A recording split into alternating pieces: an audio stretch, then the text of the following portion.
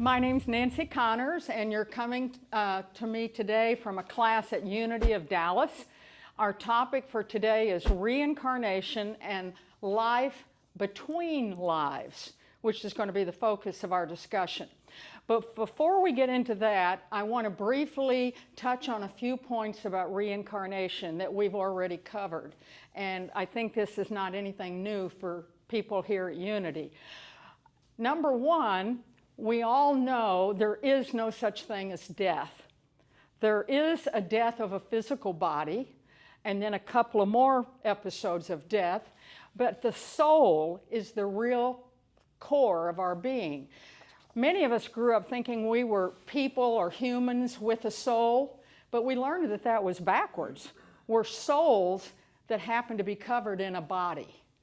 And Ledbetter in his book talked about at the time of death, it's like taking off the overcoat and just becoming the true essence, in other words, the soul.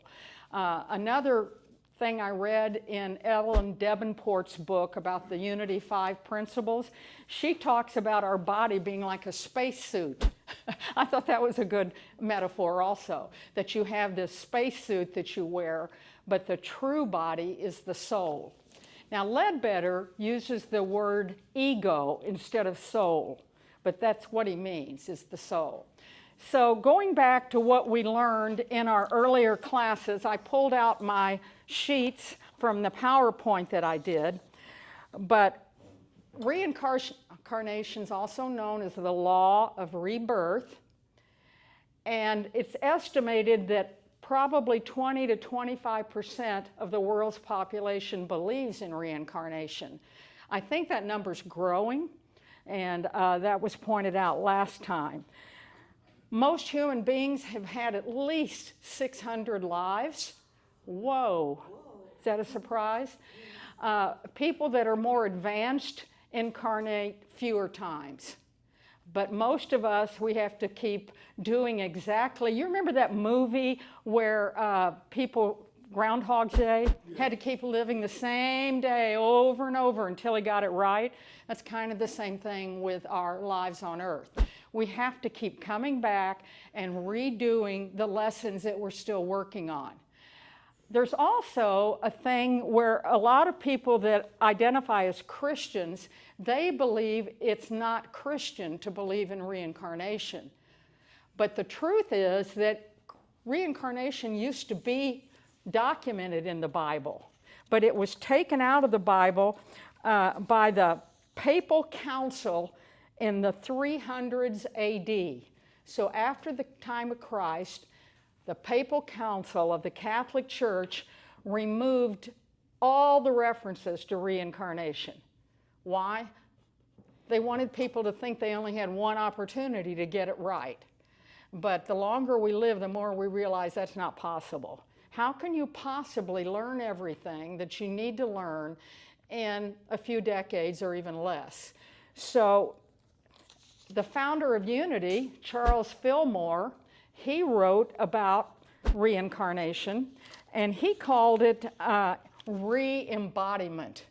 But he did believe in it, and so did Eric Butterworth, another famous author who headed the Unity Church of New York City for many decades. And that both of them have references to re-embodiment or reincarnation. So it is not anti-Christian. And lots of famous people in the past and present have believed in it. Plato was one of the first to write about reincarnation. He went off track for a little while and talked about transmigration, in other words, falling back into an animal body.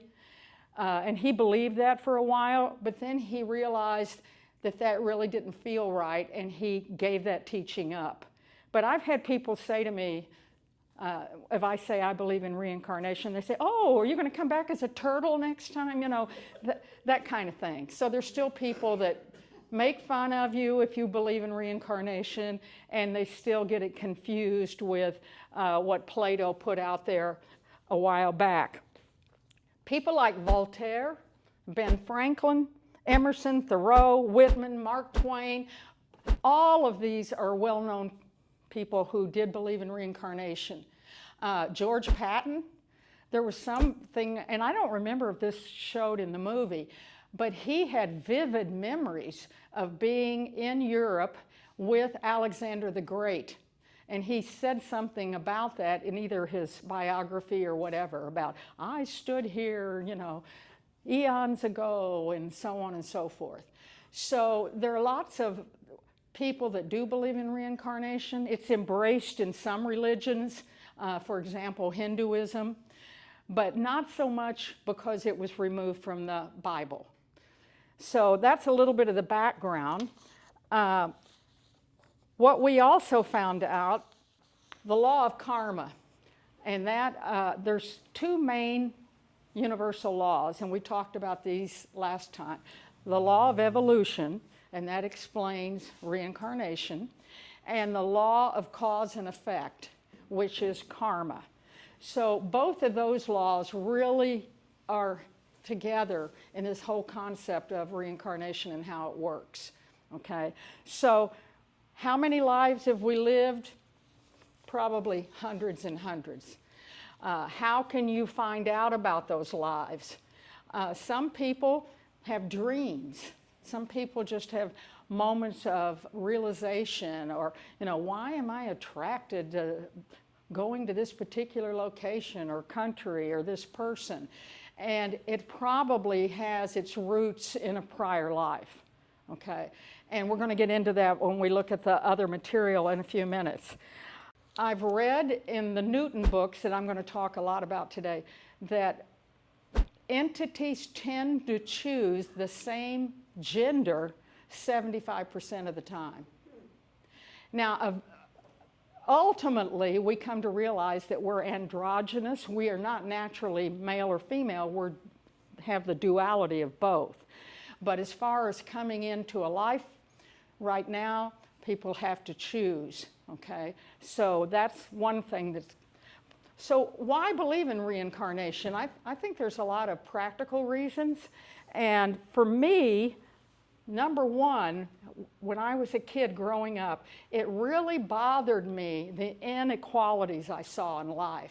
Why does one family have everything and, they're very well off and this and that, and right another neighborhood over, people are struggling and poor and there's illness, and it just didn't make sense to me that our source, our maker, would make it so different for individuals when we know that all souls are equal.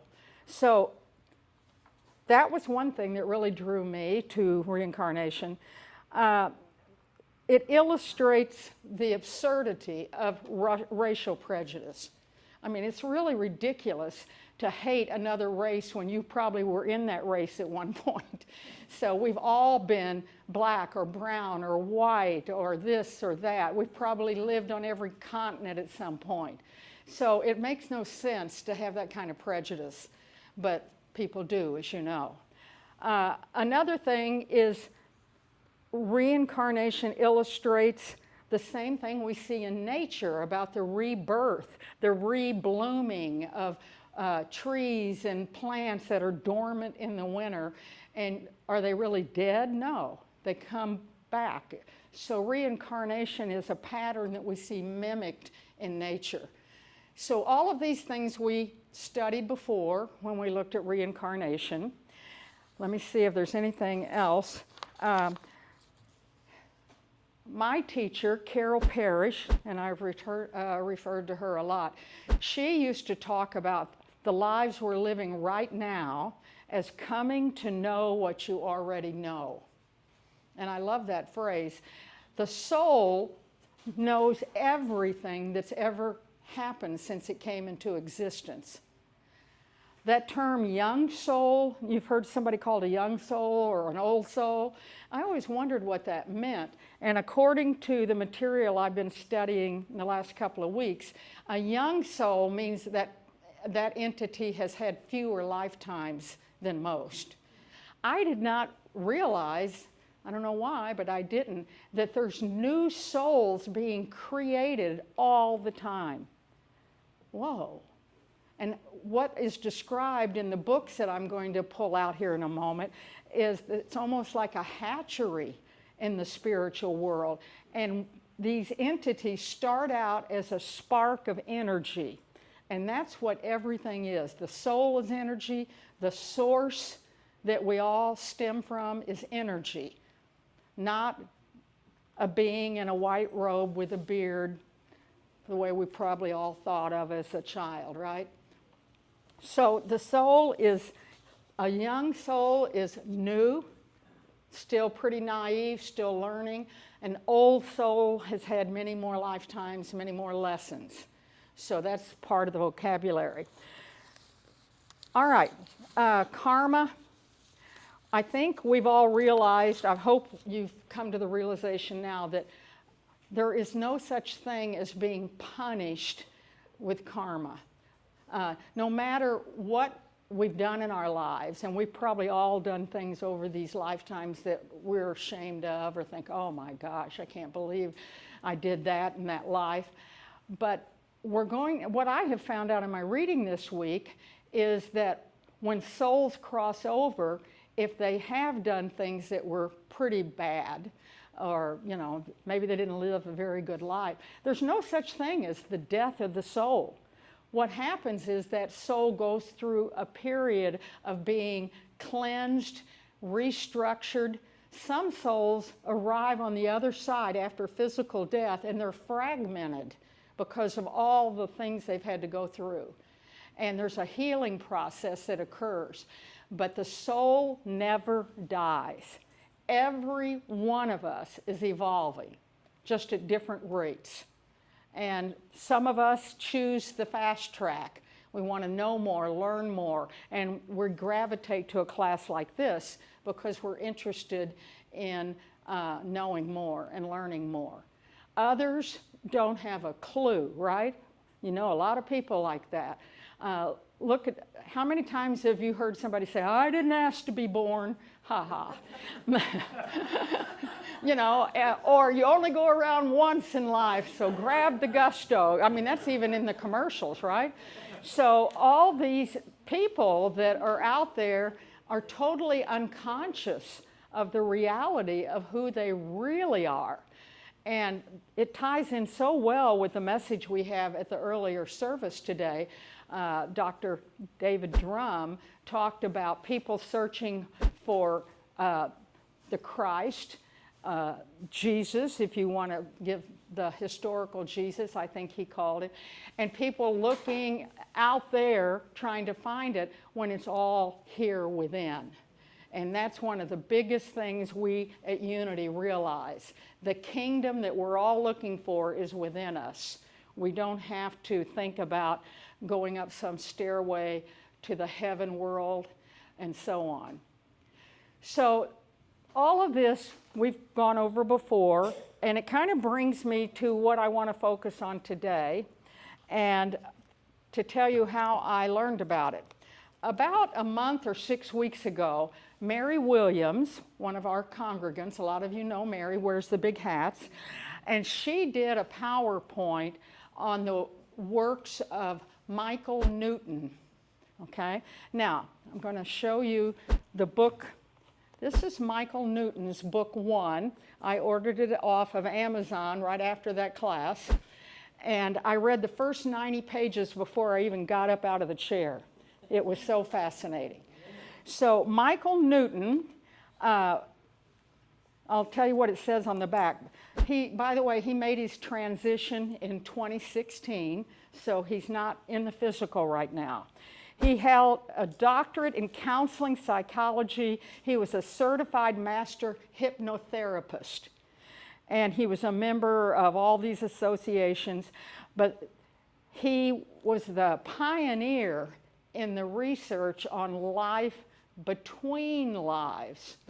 Now, let's talk about what that means. I think all of us have heard about NDEs, near-death experiences, right? I've even been to a conference on them. When I lived in Sparrowhawk Village, where my teacher, Carol Parrish, had a center, she had a weekend conference, And a man came from Connecticut. I don't remember his name. I could probably look him up.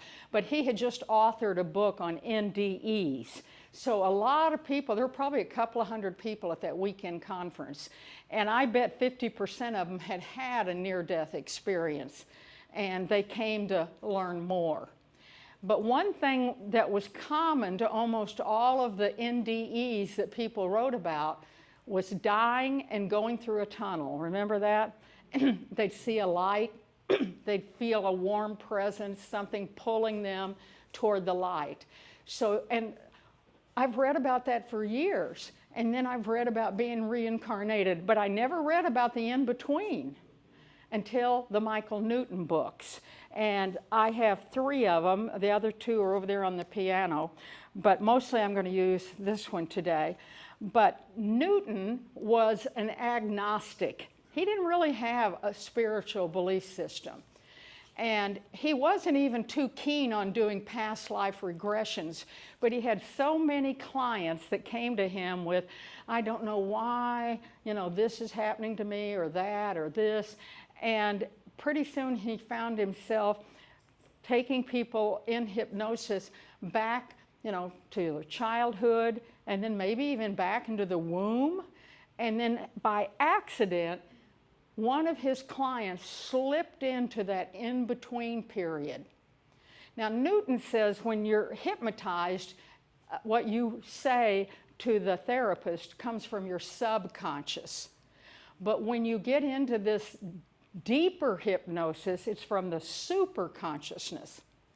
So this book contains something like, I don't remember the exact number, but about 39 case studies. I'm academic, you know that. I like data, I like facts. And the thing that impressed me so much about this book was not just his narrative, but he actually tape recorded every one of those sessions, and he wrote up a synopsis of the bullet points of what he got from them. And his methodology, he learned as he kind of, by the seat of his pants. He was stunned the first time somebody started talking about in-between lives. What has your conception always been? I mean, just think about it a minute. What do you think happens? We know the soul leaves the physical body. Dr. Elizabeth Kubler-Ross, oncologist that identified the stages of grief, she reported actually sitting at the bedside of people that died, and she saw a white kind of mist come out of the top of their head when they died. And other people have said that. They've seen it. So then what? What do we think happens after that? What do you think? I think you would take classes or keep learning. Okay, so your idea of the afterlife is classes, okay? Yeah. All right, somebody else. I'd always heard about a life review and experiencing the things that happened or the things that you did to others through their eyes. Okay, good. Karen said the life review. Anybody else? Well, I've read a few books with reports of all kinds of different situations depending on which energy level the person was and what they were looking for. Okay. I don't know if you could hear him, but he said he's read all kinds of books about people experiencing what they were looking for. And a lot of times they experience what they were taught in that traditional church, right? So somebody that expects pearly gates, that might occur. Let me read you just very quick. This is case number 1 in Journey of Souls. And this is somebody that came when Dr. Newton first started doing this kind of work.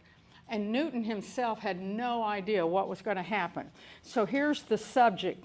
Oh my God, I'm not really dead, am I? I mean, my body's dead. I can see it below me, but I'm floating. I can look down and see my body lying flat in the hospital bed. Everyone around me thinks I'm dead, but I'm not. I want to shout, hey, I'm not really dead. This is so incredible. The nurses are pulling a sheet over my head. People I know are crying. I'm supposed to be dead, but I'm still alive. It's strange, but my body is absolutely dead while I'm moving around it from above. I'm alive. Wow. So what happens then, and this is typical of, he doesn't always give that scene, but that's how it starts. People suddenly find themselves out of body. And you've seen this in some movies. Remember in Ghost? I think Ghost was pretty accurate, except for the ending where the villain is grabbed by those black monsters and taken away. That part is not accurate. But as far as people being around, and some decide to hang around the physical world for a while. Another movie, it's an older one, with Albert Brooks called Defending Your Life. And Karen, that reminded me of what you said. In that life, Albert Brooks, I think he's hit by a bus or something, but he dies when he's still in the prime of his life, and he's really ticked off because he knows he shouldn't be dead. And he meets Meryl Streep in the heaven world, and they become good friends. And there's a scene where Albert Brooks has to go to court in front of this judge and defend his life. And they show him scenes, and he has to explain it and so forth. In a way, that's somewhat accurate, except it's not really a judge, and there's really no guilt associated with it. But let me give you a handout. Please don't sit and read the whole thing. That's the bad thing about handouts. People don't want to listen anymore. But what Newton found out from his works and his clients, that it was very consistent. And Dora, you were right, and so was Karen as far as defending, but I got so excited about the classes that are available in the inner planes. In some ways, I think if people knew more about this material, they might be tempted to exit quickly to go to the heaven world because it sounds so wonderful. But basically, everyone told him this same, what are there here, 8 steps, 9, 11. Okay, so the person dies a physical death, and that coincides with what we learned in Ledbetter's books and other books. And they often hang around and look at, like this client did in the case. They want to know what's going on in the hospital. They want to see how their loved ones are doing. Some souls want to watch their funeral. They'll hang around for that. You know, what are they going to say about me? You know, that kind of thing. But generally speaking, death and departure from the body happen in that first step, okay? And no one has ever described to Newton, and he's done hundreds of these case studies, and he developed an institute before his death, and 200 therapists from around the planet came and got trained in his techniques. So there are people going through this LBL therapy in Germany and this place and that place. In fact, I've signed up to have one myself in about 3 weeks. There's actually a therapist here in Dallas and one in Fort Worth that do the sessions. And I'll let you know after I go what happens. But anyway, Newton said he's never, ever had anyone say, once they cross over, okay, and then the soul moves toward that light, and that's what we call the tunnel experience that so many people talk about. And that can happen pretty quickly. So that takes us from 1 to, now we're down at 3. Upon arrival in the spirit world, the soul meets with their primary guide, and I underlined that. We all, I think in this room, know that we have, maybe you call them guardian angels or guides, but evidently one of them is the primary one that stays with you forever. That's the permanent one. Now, there are other secondary guides and so on.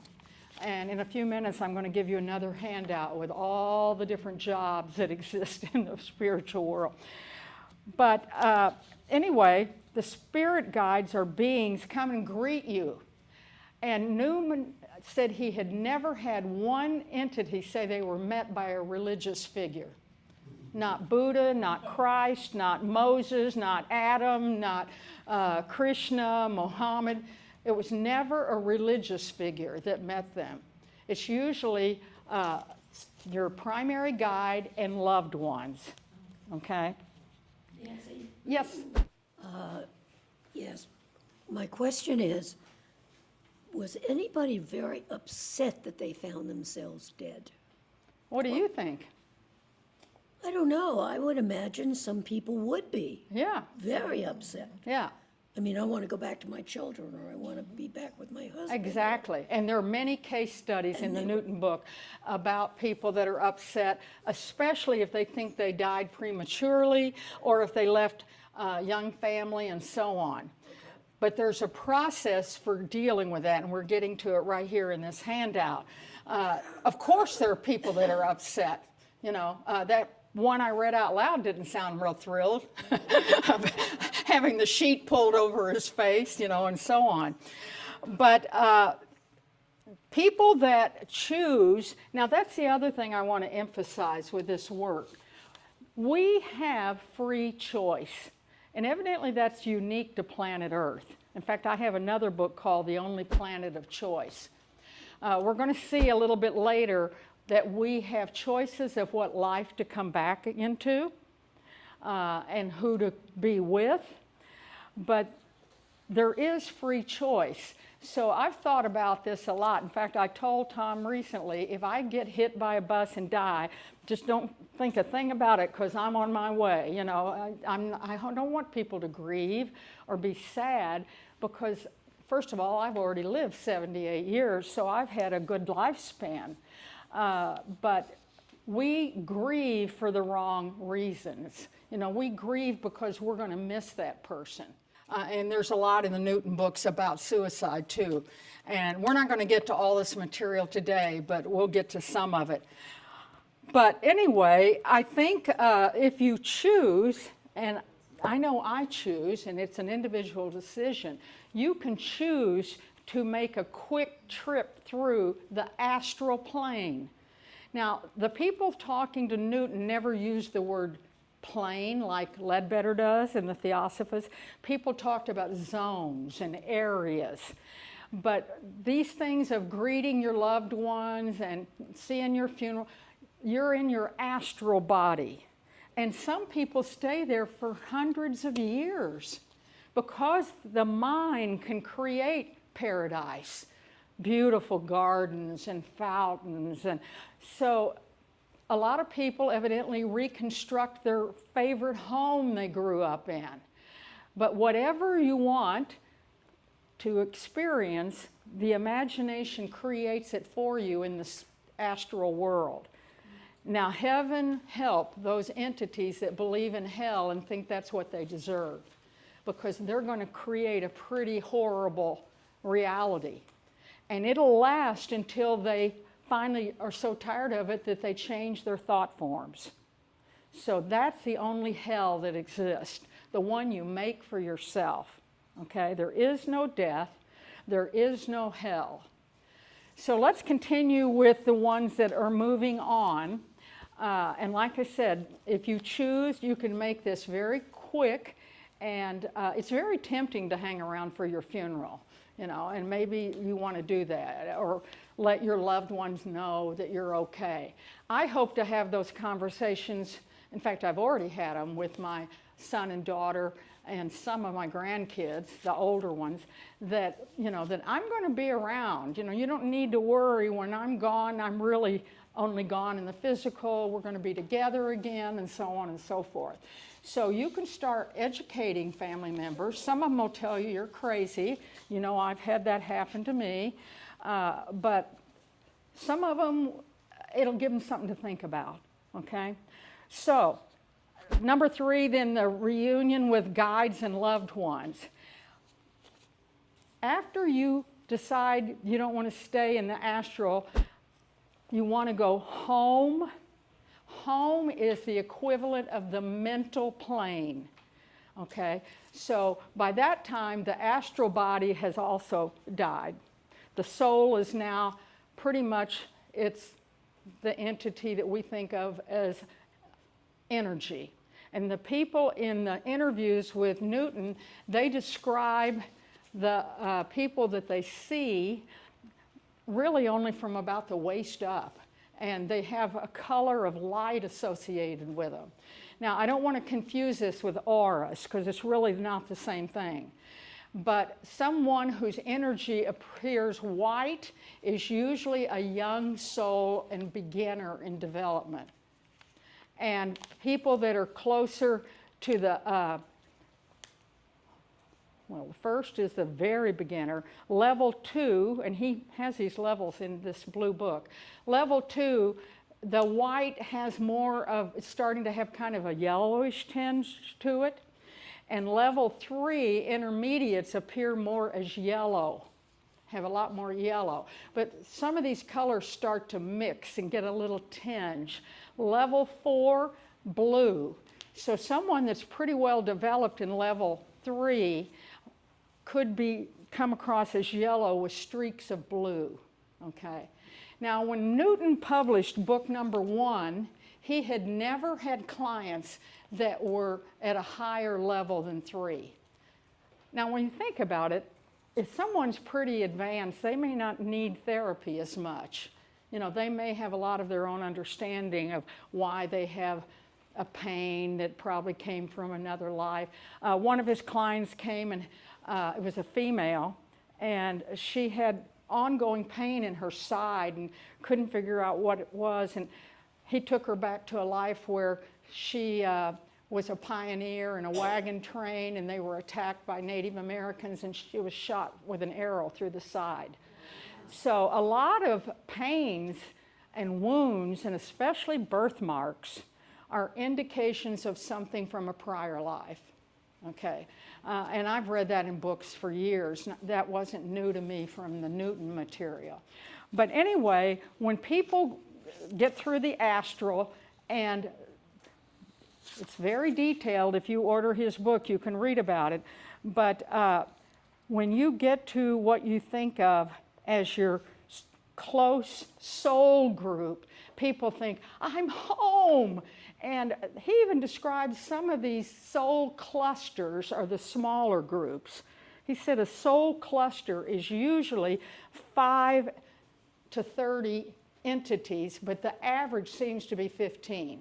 Most of the cluster groups are small. And they're people that are all at the same level of development that you are. Now, here's something that you might find a little bit disturbing. Everyone has mental telepathy and knows everything about each other. There's no hiding anything that happened, anything someone's feeling. Everyone has mental telepathy. They don't even talk with a mouth in the spirit world. It's all thinking. It's all mental telepathy. There is a way, because people write letters and they say, well, what about privacy? You know, people that remarry. Is my ex, you know, my late husband going to see the bedroom scenes? But evidently there's ways to block. You can block things. Plus, people really aren't that interested. They've got better things to do in the inner planes. But I remember one of the regressions he did, the person talked about, I'm home, you know, I see my cluster group. And they even had balloons and welcome back posters. And I thought, man, this sounds so much like Earth, it's unbelievable. And these cluster groups, the descriptions of them vary, but they're in this gigantic form that is endless, and there's almost like cells, like in a beehive. And each cluster group is in one. And when they come in and, you know, they're moving and flowing, they're drawn to where they recognize their cluster group. So now we get down to the homecoming, the bottom bullet on 3. Now, there could be a side trip. if a soul has had a really difficult life, full of violence and this and that, and they might need to be rejuvenated and have a rest period before they go back to their cluster group. And that's under number 4. All souls get a injection of energy and rejuvenation, but people that are really damaged, in fact, there were a couple of cases where a person's life had been so awful, their soul was fragmented, and there's special healers that know how to do that healing and bring that person some, peace and justice. But what about people that commit horrible acts? One of them in the second book, the yellow book, has a lot more case studies. This entity had been a male, and he had been a rapist. He had murdered. I mean, he just done one horrible thing after another. And when he crossed over, there's an immediate life review, and we're getting to that.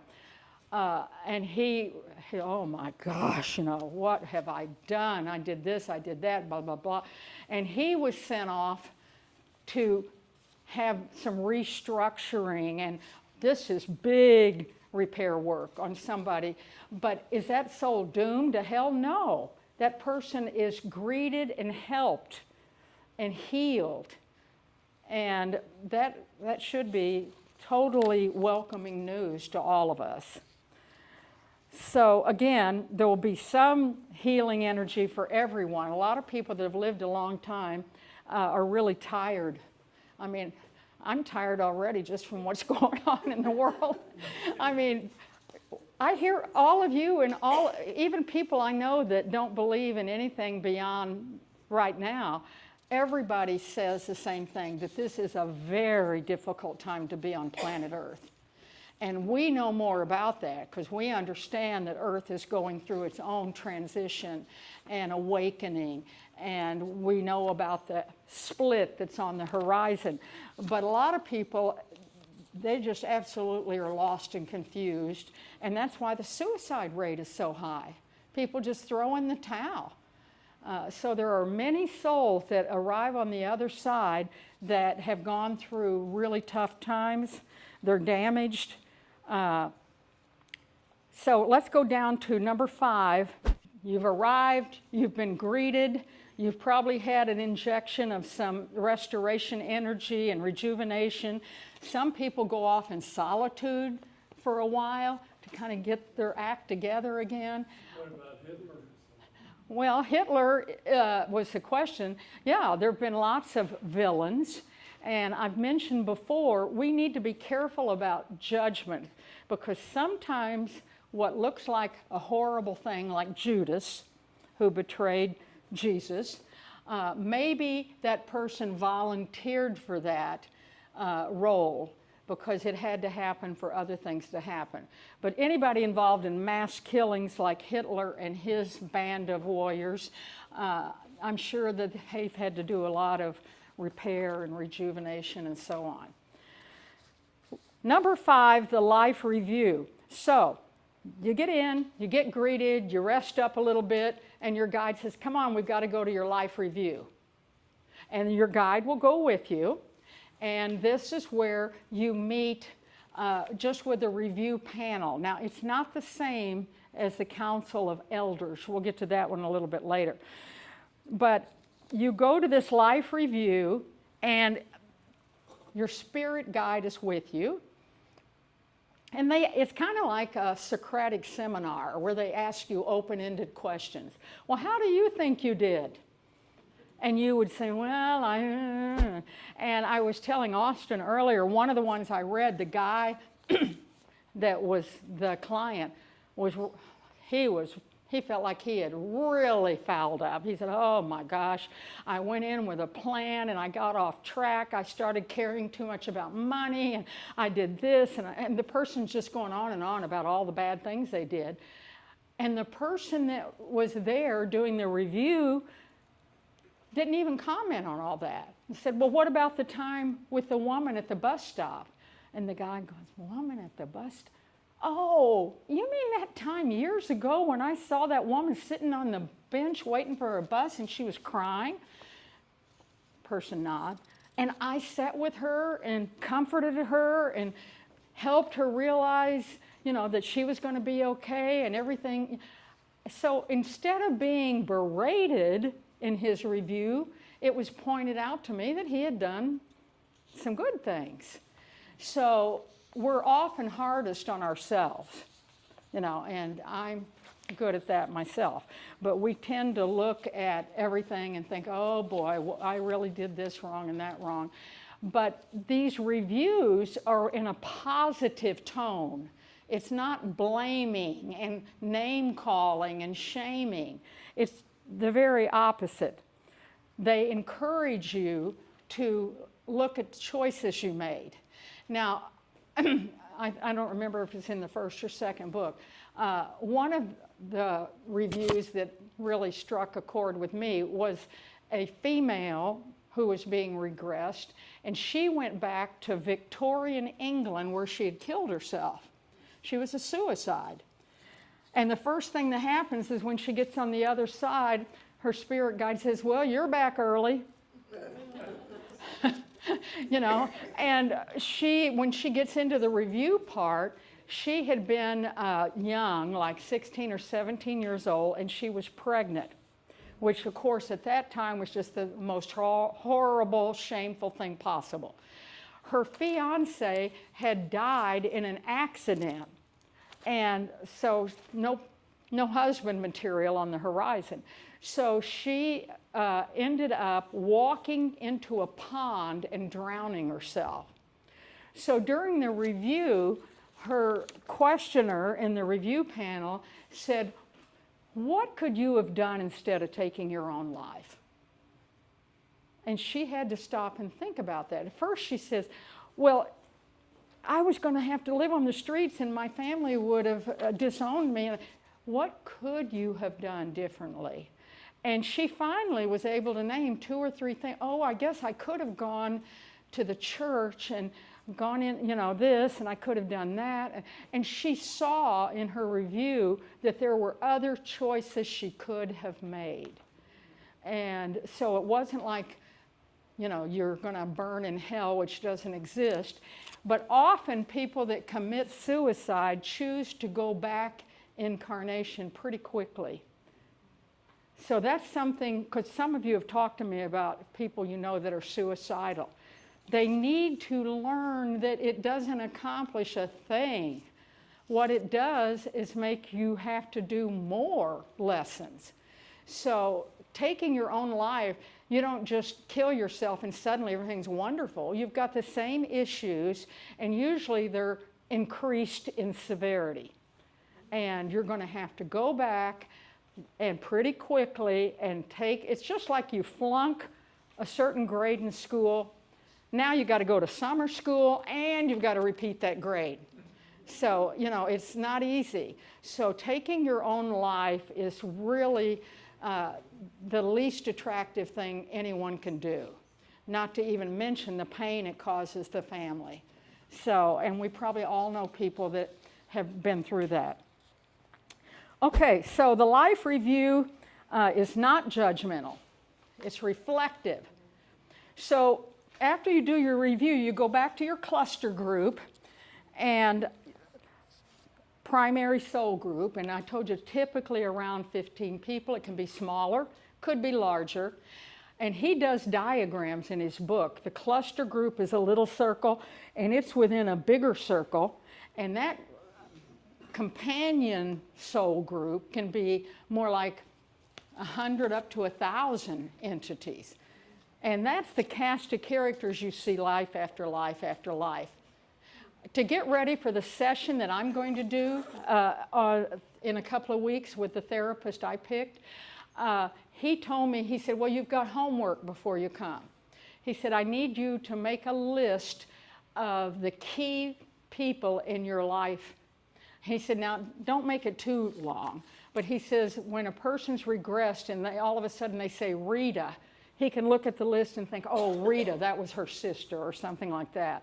So I had to make a list of characters, and then he told me to come up with 3 or 4 questions he wants I want him to ask when I'm regressed. Okay, and then I had trouble thinking of a third one, but basically it was about this class and teaching. You know, what can I do better to teach my class and have all of us help other people awaken? And I'm really about that, as you know, and I want to know if I can do a better job. Let me just finish a couple more and then we'll take a short break. So that's returning to the soul group. And I'll end with this before the break. This was one of my favorite things. I've had a lot of years of schooling, 27 years, and I love school and I love learning. And I was so excited. Newton was interviewing this entity, and I think it was a woman, doesn't matter. And he said, okay, so then what did you do next? And she said, well, go to school, of course. And I thought, yes, yes. And he asked her to describe school. And I'm telling you, people, I've been to law school, and it sounded exactly like law school. She reported being in a library. She described the building. I have seen that building in my head. He said the way people describe their school depends on their culture. For me, it was very much, kind of looked like the Supreme Court. It was a big Greek marble building with columns out front, and I've seen that in my dreams before. But for another person, it could be a thatched hut. You know, it varies by your background. But anyway, when this woman said she went to school, she said there were about 3 or 4 of them sitting at the library table together, just like law school, and they had all these books on shelves around them. And she said, you get your life book off the shelf. And Newton said, well, how do you know which one's your life book? She said, well, it kind of pulsates and draws you to it. So I thought, oh, this is so cool, you know. And so she went over and she got her life book, came back and put it on the table. And Newton said, and what were the words in there? And she said, oh, there were no words. She said every page was like a video of a scene and an opportunity for me to study it and learn from it.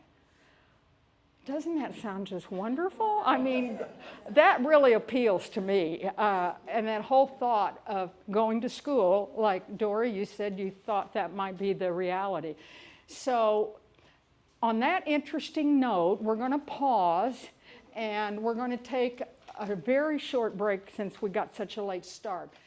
Not only do you study between lives, but there are all kinds of jobs.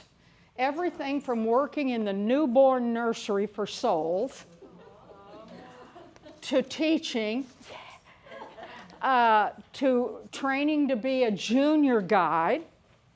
And I have a confession. I used AI to come up with this list, and I cannot tell you how helpful that is.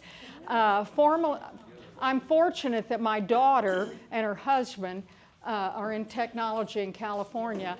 And my daughter said to me 2 or 3 months ago, Mom, you should download ChatGPT. I'd never even heard of it. And then she told me about Claude AI. But I used ChatGPT, and she told me when you want to ask a question, and there's a microphone on your phone for it, you can either do it orally, I always type it in. She said, tell the AI what source you're coming from. So I said, my question was, I am a spiritual teacher of adults. Please provide a list of all the jobs that Michael Newton reveals in his book, Journey of the Souls, all the jobs that are available in the spiritual world. We'll talk about the jobs in a minute. But the soul under study, number 7, you're going to meet with elder guides, teachers, councils, could be in the library. And you come up with spiritual goals, karmic patterns, cosmic laws, advanced training, creativity, or teaching roles. So, boy, the heaven world is not boring, is it? And it's much more organized and structured. And even Newton commented on that. He said he had no idea when he started this work, and he was the pioneer in establishing a protocol, a format for doing these interviews. And he does, you do have to remember that every case study is a summary. They're 4-hour-long sessions. So he's not going to put everything in there. But he'll occasionally mention that he tapped somebody on the shoulder to change their focus or something like that. Go on to the second page. We talked about studying and training for one of those jobs. Number 8. Now this is the really serious review. And you do this because you're thinking about reincarnating. Now, you cannot give up on earth until you've fulfilled your karma. So no matter how difficult it is, you're going to need to come back. But you can wait, some people wait hundreds of years. Because what seems like hundreds of years in earth time is about 5 minutes in the spiritual world. So our idea of time is very, very different than the reality of time. So anyway, you go meet with this council of elders. Almost sounds like the Supreme Court, okay? And he said it can be as few as 3, and occasionally when he started sessions with very advanced souls, there might only have 1 or 2 in the council. But some people said that it was a semicircular seating of these elders, although they don't really have hair, they're not gray-haired, but you knew they were highly evolved. Their color would be deep purple, because that's the color of highly advanced ones. Now, I am trying to overlap the theosophy material and everything I learned from my teacher with what I'm learning in these books.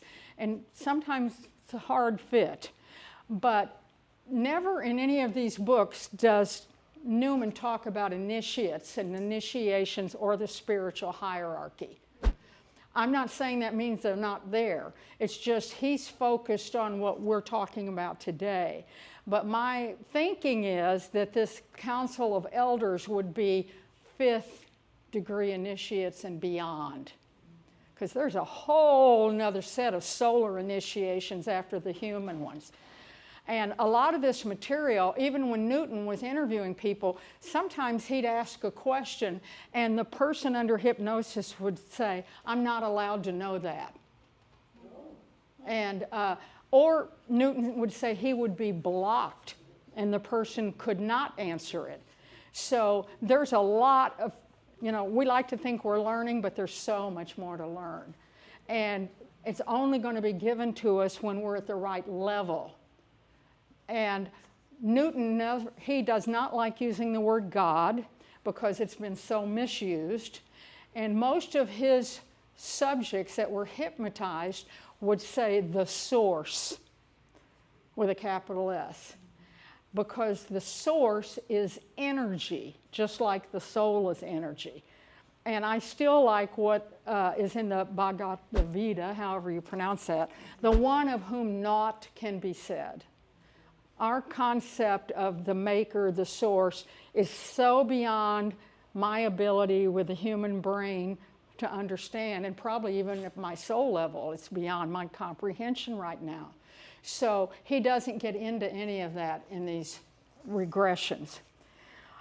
Okay, so you meet with the Council of Elders and a deeper life review.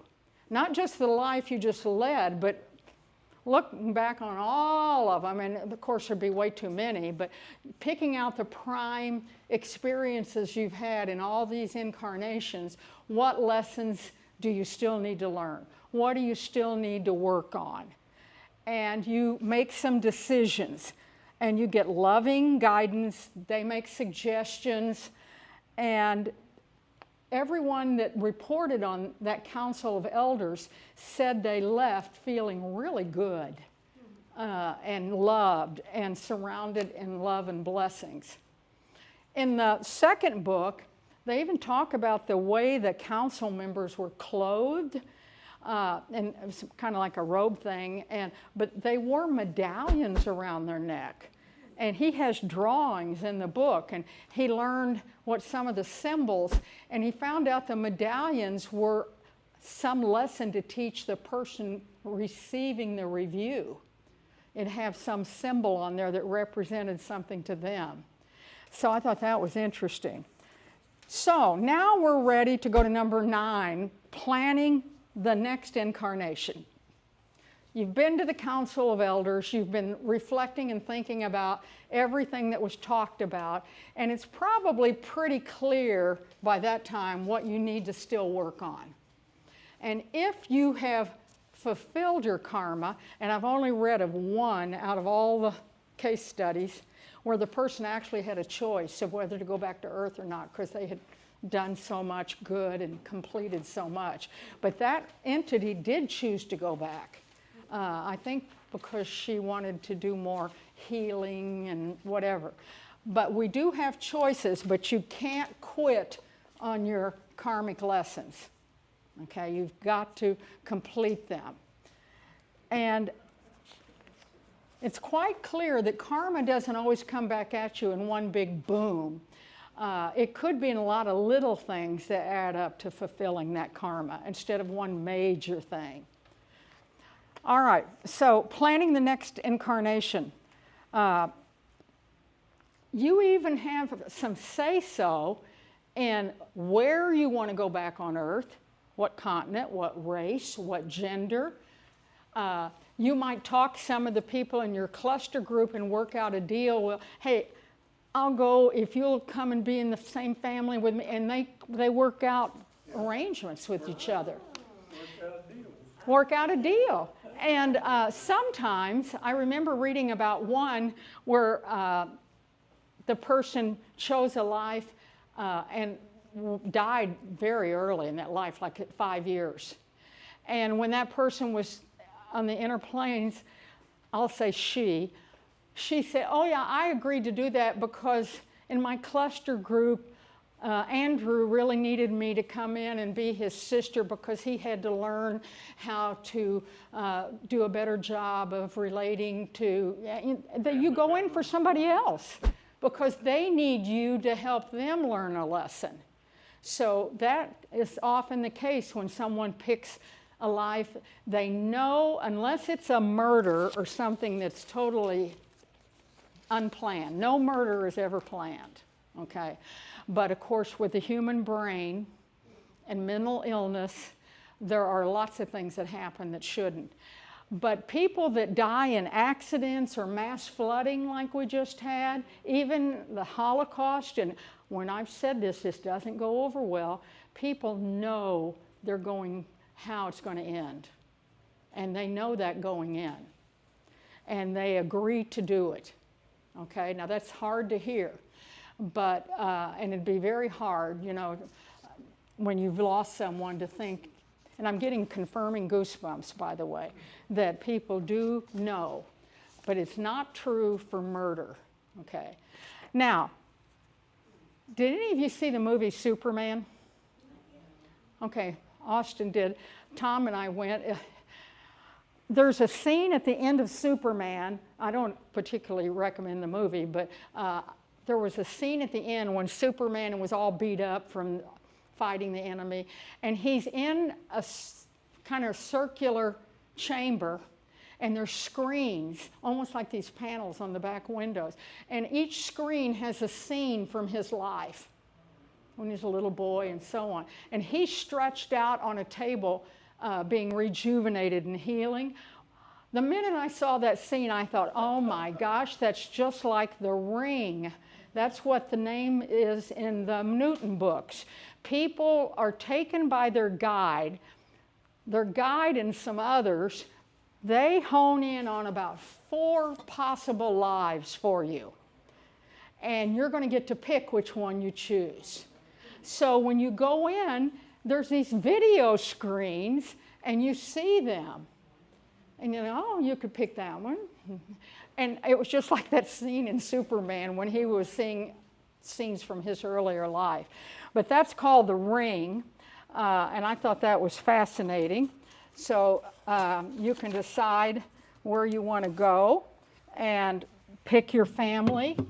And not every person in your family group has to be from your cluster group. There are people from other clusters that'll come in and serve a role. So that's kind of... Might be from where? I'm asking, where might they be from? Okay. The question is, if you come into incarnation with other beings that aren't in your cluster group, they would be from other human cluster groups, okay? There are, according to what I was reading, there's something like 100 million other universes. I can't even get, that's just so mind-blowing, right? Now, there are times when souls in the inner planes take vacations and they'll visit other planets. And some of those planets are uninhabited. But and I love that idea because I love to travel. So that's an opportunity. But we're only focused on incarnations in the human realm right now, okay? Now, many of us in this room didn't originate here. And you know who you are, I know who I am. But you somehow got into Earth long enough. Once you incarnate on Earth, probably more than once, you acquire some karma. But there are many, many people on the planet that their first experiences were not on this planet. But they keep coming back now in the human realm. So, planning the next incarnation, and I told you about the ring. I just loved that whole section of reading about people going in there and looking at this life, this one, and this one. Okay, I'm coming over there to you for a question. That's what I've always wondered. I'm trying to imagine going to that ring and saying, I want to go live in poverty in India without any hope of anything. You know, I don't understand. I could understand choosing some life that's going to fix my karma and stuff, but that just seems far-fetched. Okay, well, that's not too hard to answer. You would choose, the question was, why would you ever choose a hard life of poverty and desperation? You have some lesson. Maybe you were so wealthy in several lives and you didn't give a flip about people in need. In fact, there was one case study in one of the Newton books about a woman just like that. She had lived very rich life had everything. And she would see children, I think it was in London, you know, in the 1800s, she'd see beggars on the street and she'd think they're dirty and, you know, she wanted nothing to do with them. And she was very self-centered. She never contributed any to charity. So when she's in the ring and getting ready for her next incarnation, they chose her another life of riches. They showed her a life that was kind of in the middle, and then they showed her one like you just asked about, where it was going to be really tough and she'd really, you know, struggle for food and work and everything. And she ended up choosing that one because she knew that that karma was just going to be sitting there life after life until she faced it. So it is a choice. It's a hard choice, and especially people that have taken their own lives. They are going to have to make some tough decisions. So after they preview the lives, they make a decision on which one, and they decide when and where they want to go back. Number 10, rest, creativity, and optional roles. Time is spent resting, creating, engaging in service roles. And you can see what some of them are here. Being a spirit guide for others, training young souls, learning more about healing, Not all souls reincarnate immediately. And I've told you earlier that some people might spend, 40 years between lives, and some might spend 4,000 years between lives. I have read, and I certainly think we all recognize, that at the current time where we are in the Western world with technology and science, there are lots and lots of Atlanteans that have come back, because Atlantis was more developed than where we are now. They were more advanced with technology and science, but after the Great Flood that they brought on, there was just a huge step backward in the development of humanity.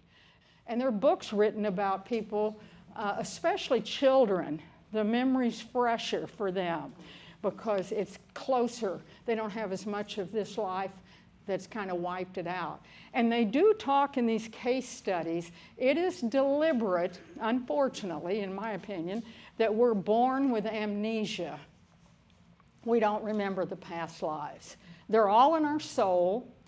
And according to the latest Newton book, there's more and more thought of letting us remember more of our past lives.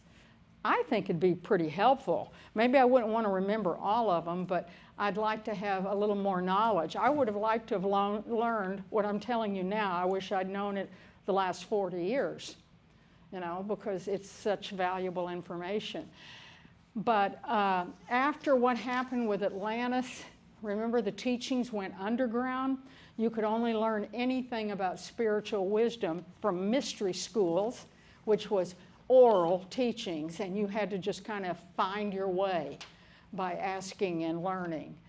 So in more recent turn of the century, especially in the mid-1900s, the teachings became more exposed. More people found their way to spiritual books and topics. It's changed tremendously since I was a teenager. When I first awakened about that time, I could hardly find anything to read or people to ask, and now it's everywhere, and it's all over the world. People are wanting to know more, they're asking more questions, and so on. So the teachings have become out there more, but the flip side of the coin is you, the receiver, has to use discernment, because there's a lot of stuff that is so-called teachings that it's distorted. And we've learned in other things we've read, you have to go by that inner, what Roger said this morning, gut feeling. Some people feel it in their third eye, some in their solar plexus. I get physical tingling and kind of chills when something's true. So we all have to pick up on those signals, okay? And I think we're all receiving a lot more guidance than we realize. The therapist that I'm planning to see in a couple of weeks, he said the number one thing after he does those sessions with people is they say, oh, how do I know that's not just all my imagination? I'm just making it up. But really, your imagination is your intuition. It's the same thing. I have things pop into my head sometimes that I have no idea where it comes from, but now I realize it's some inner knowing, and it can be something very mundane. This is just a side note, but it was kind of crazy. About 15 or 20 years ago, it was longer than that, it was before I met Tom. So we're talking about in the late 90s. I'd been up to my teacher's community in Oklahoma to a weekend conference, and she called me and said, are you driving? There's a woman that wants to come and she needs a ride. I'd never met the woman, but she rode with me and we got along fine and talked. And then when we came back, because it was a 3.5-hour drive, she started telling me about a group, and she said, they have a message circle coming up a week from Friday night. You ought to come. Well, I decided I would. So it was a Friday evening. I was working full time. The work week's over. And I'm sorry? Yeah, Freaky Friday is what it turned out to be for me.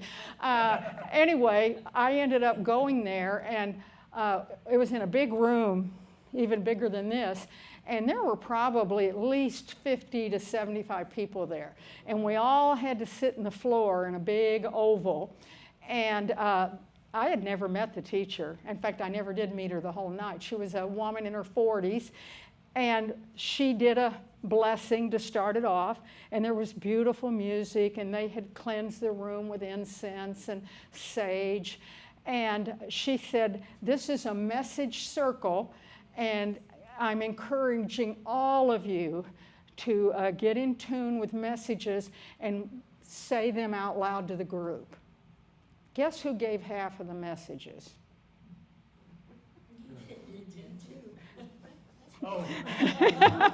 I mean, I was just shocked. I'm just sitting there, and this, I didn't know anybody in that room. And these things just came into my head like crazy. This one guy said, kind of like, "I'm Brian, please tell Steve I'm sorry." And so I said, "Is there somebody here named Steve?" And I heard this voice somewhere in the room go, "Yeah." And I said, "Brian wants you to know he's sorry." Well, it turned out it was his brother, and he'd committed suicide. So, I mean, it was just one thing after another, and I was really embarrassed. But other people weren't saying anything, and I volunteered at least a half dozen comments. And the minute it ended, I sneaked out very quickly because they were probably thinking, who on earth was that person? But it's amazing that you can get into a zone and receive messages. I'm also experimenting right now with automatic writing, which works for me, where you sit at the computer and you just get centered. You can do it longhand, but I prefer to type. And just kind of center yourself and ask for teachers and guides to come forth. And you just start typing what they say to you, and you ask questions. And you'd be amazed how quickly that works. All right, let's go under number 11, I mean.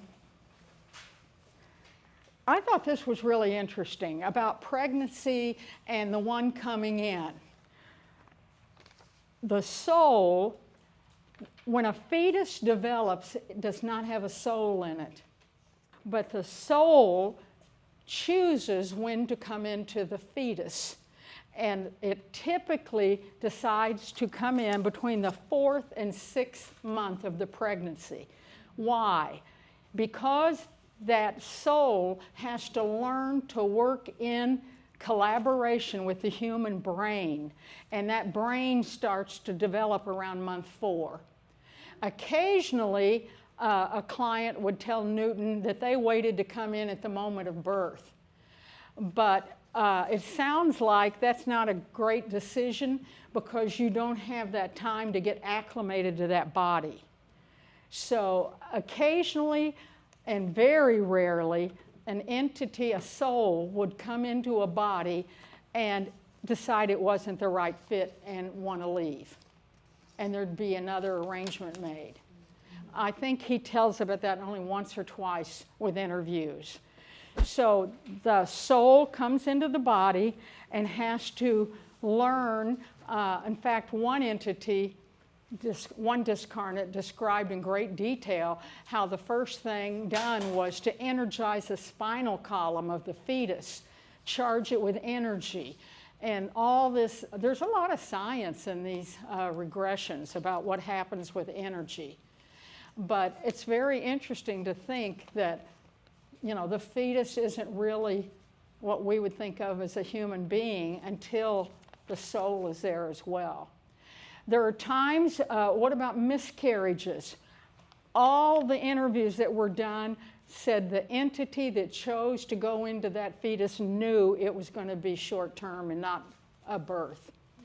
They chose, a lot of new souls that have never experienced being in physical, they choose a short, brief experience to get acclimated to that. Yeah, you classically see that abortion happening around 3 months.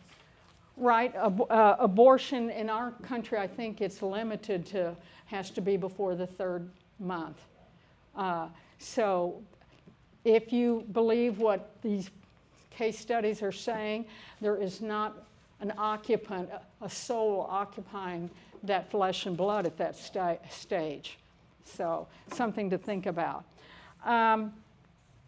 You have kind of a farewell party with your cluster group. Well, I'm going back. I don't want to, but I gotta. I'm going to go back. So, you tell everybody goodbye, and then the soul's consciousness merges with the fetus. Advanced souls do not have to come back, right? If they have conquered their lessons and done their work, they have a choice. They can come back and serve as guides. They can choose other planets, systems, and evolve elsewhere. Interplanetary and non-human incarnations are possible. But I don't have all the answers on the spirit realm. I'm just keeping about one book ahead of you all. And I'm not sure exactly how that works with the other planets, if they're in a separate part of the spirit world because they're different than humans and so on. I'm not sure how all that works. Lots to still learn, right? Now, let's look at that list of roles, and that's all we're going to do today because we're running out of time.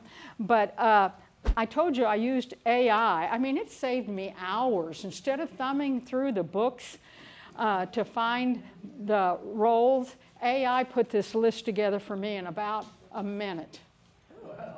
And I typed it then. I know there's some way that, in fact, it offered to prepare a PowerPoint for me, but I was doing it on my iPad, and I don't know exactly how to transfer all that over to the printer. I'd like to learn.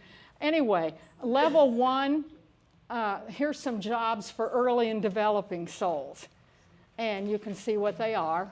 And then level 2, a lot more opportunities to be teachers, healers. Some of this energy training was fascinating. All the things you can learn to do with energy.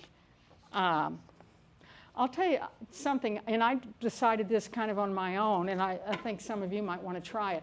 It's kind of a footnote, a little side issue. I'm really, really focused on helping more people awaken. And Tom and I were at one of our favorite restaurants a week ago, and it's a really nice place, and it was Saturday night, and it was jammed with people. And it has a mezzanine with a bunch of tables upstairs as well. The bar was full. There was a musician playing the saxophone, and there were at least 100 people. And he and I are sitting, we've ordered, and I'm looking around this room, and I thought, I wonder if any of these people are awake. I mean, that's what went through my head. And I thought, what could I do? And I decided I would spray them. And I envisioned a hose at my third eye, and I just swept the room, and I went, and I sprayed them, and I thought, that's something all of us can do, you know? What did you say? And what did you say? What did I say? Wake up! Yeah, I just was thinking, wake up, and I told you, Carol Parrish, I've seen her step outside in front of her church and yell that. All you people that belong in my community, come now. No, I've seen her do that. But so think about spraying your energy. And delivering the message of it's time to wake up, it's time to prepare. The time is now, and more people need to be aware and be calm. That's one of our main purposes. People are already getting frantic. Suicide rates up, the anxiety's up, and I would like anyone that's watching this recording of our class to know that Unity of Dallas and other unities around the world are centers for awakening and learning and studying. So if you're looking for that, find it, because the time's here. The world is getting ready to tip, and humanity is going to go through a major overhaul. And if you would like to know more about that, you need to start looking at places like Unity of Dallas for that.